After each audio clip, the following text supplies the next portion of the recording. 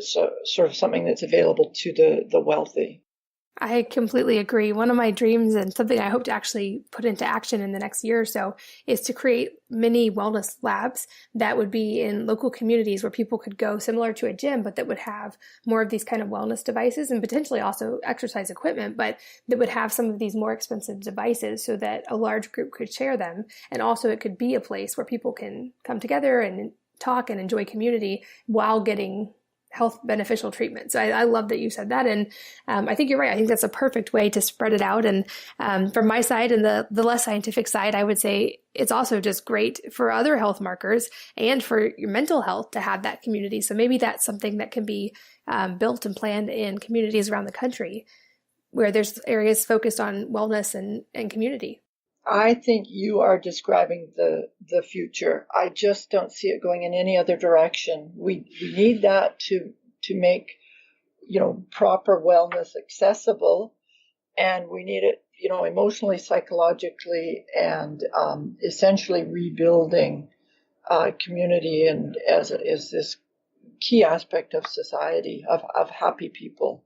Absolutely. And I know our family personally, we've made the decision to go with much less expensive healthcare options rather than really like high priced insurance that would cover everything, and to spend that difference more focused on wellness and preventative care, realizing that in the long term, it seems to actually save money. And I know a lot of people are kind of on that wavelength. And my personal opinion is that with this so-called healthcare crisis that we have, that the solution maybe doesn't even need to come from the top down. Maybe it needs to come from the individuals up, and we need to take more ownership and become advocates in our own health. And I think that's a part of your message as well, because you're providing a device that really lets people become an active part of their own wellness versus having to go to a doctor to get diagnosed with a condition before they do something.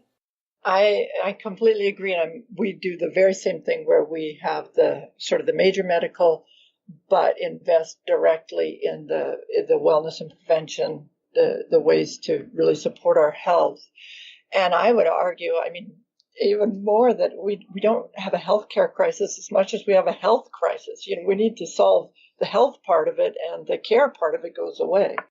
Absolutely. The statistics there are completely staggering, and I agree with you 100% on that. Do you see, or is there a potential in the future that the Nano Vi could be approved for specific cases, or is it because it's so safe, is it actually not going to ever be able to be indicated for, like, for instance, something like cancer or chronic disease?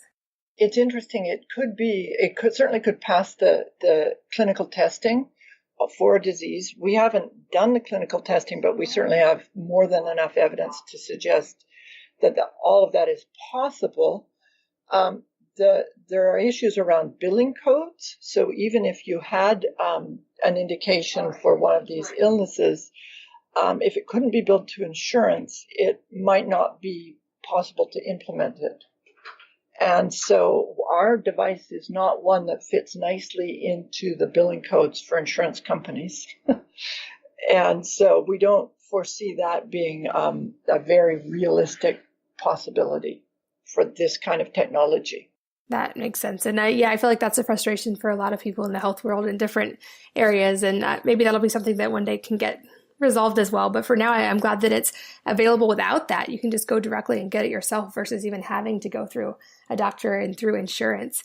And if you don't mind getting a little personal for a minute, I'm always so curious when people are such high achievers who have maintained a high level of health, and you've done it without even like getting wrinkles or looking stressed at all. So I have to ask you, like, what does your normal lifestyle and day look like? Because I am fascinated by that. I think you're far too complimentary, and I'm just glad there's not an actual video with this podcast. I haven't been without my challenges, and but what I do generally on a normal day is I do intermittent fasting, probably 5 to 6 days a week, not every day, and so I normally wouldn't eat before around noon or something. I'm not very religious about this. And then I need to eat all 3 meals because otherwise I would lose weight. So I cram the 3 meals into 6 or 7 hours a day. And I also exercise pretty regularly, often not very aggressively. And one thing that's really helped me is high intensity training. It's also called super slow, but it's heavier weights done very slowly with relatively few repetitions, maybe, 4 or 5 or 6 repetitions is all, before you go to failure on the muscle group. So those are really the things I've done. I do spend a lot of time on a rebounder, but that's not very, hard exercise. I'm a big fan of rebounders. We, when our oldest kids were young, we replaced our coffee table with the rebounder because it's great for us and it's great for the kids to get their energy out. And I don't regret it for a second. It's been awesome. Yeah, that's a great thing. And one thing I didn't mention, which maybe is the most important thing, is to get out in nature. If I can be out hiking, or I was out kayaking a little while ago, or whatever I can do to be, outside and more immersed in nature is invaluable to me. Yeah, I think, like I said, I think we ignore so often the factors that can make the biggest difference, like nature and community. And like you don't necessarily see an immediate change in lab results, but over time you definitely do. And that was one thing. I recently came back from Europe and I was so struck by how, first of all, they have communities that come together almost every night and support each other, but also they don't exercise, they move just as part of daily life, whether they're walking somewhere or working outside or whatever. They rest more as well. But they incorporate all of those things that you just mentioned into their daily lives so much better than we do. And I think we could all learn from that. Just the time in nature is amazing. Yeah, and actually there's evidence on that now where the healthiest populations are the ones that just move as part of their natural world rather than, sign up for a fitness class or something. For sure, because I know the data's out there that, like, for instance, an hour in the gym doesn't counteract sitting all day. And I've kind of laughed to see the last few years of the media coverage, because first it was sitting is the new smoking, and then it was like, oh wait, turns out just standing at a desk is also bad for you. And what we actually need to do is just move around and not be doing the same thing all day long at all. It's hard. I have a stand-up. I'm standing right now, but I do try to put it up and down a little bit throughout the day. But really, a short 10-minute walk would probably be far better.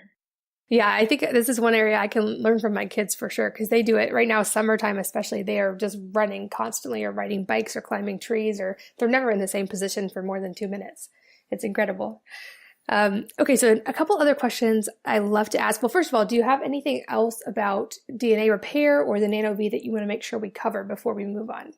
I don't think so. You go for it. Sounds good. You covered it so well. I'm impressed by how concisely you can cover such a complicated topic, because it took me a while to research and really understand it, and I'm so excited to be able to implement it now. This podcast is brought to you by Four Sigmatic. My kitchen is always stocked with their coffee mushroom blends, their matcha mix, and their straight mushroom drinks. Four Sigmatic has figured out how to get the benefits of mushrooms like chaga, lion's mane, cordyceps, and reishi into delicious instant drinks. My current favorite is their adaptogen coffee blend that has tulsi and astragalus, but I love all of their products. They have options with or without caffeine, so if you're not a caffeine person, you can find products that you'll love. And I find that even their coffee blends that do contain caffeine have less than a normal cup of coffee, but don't let this fool you.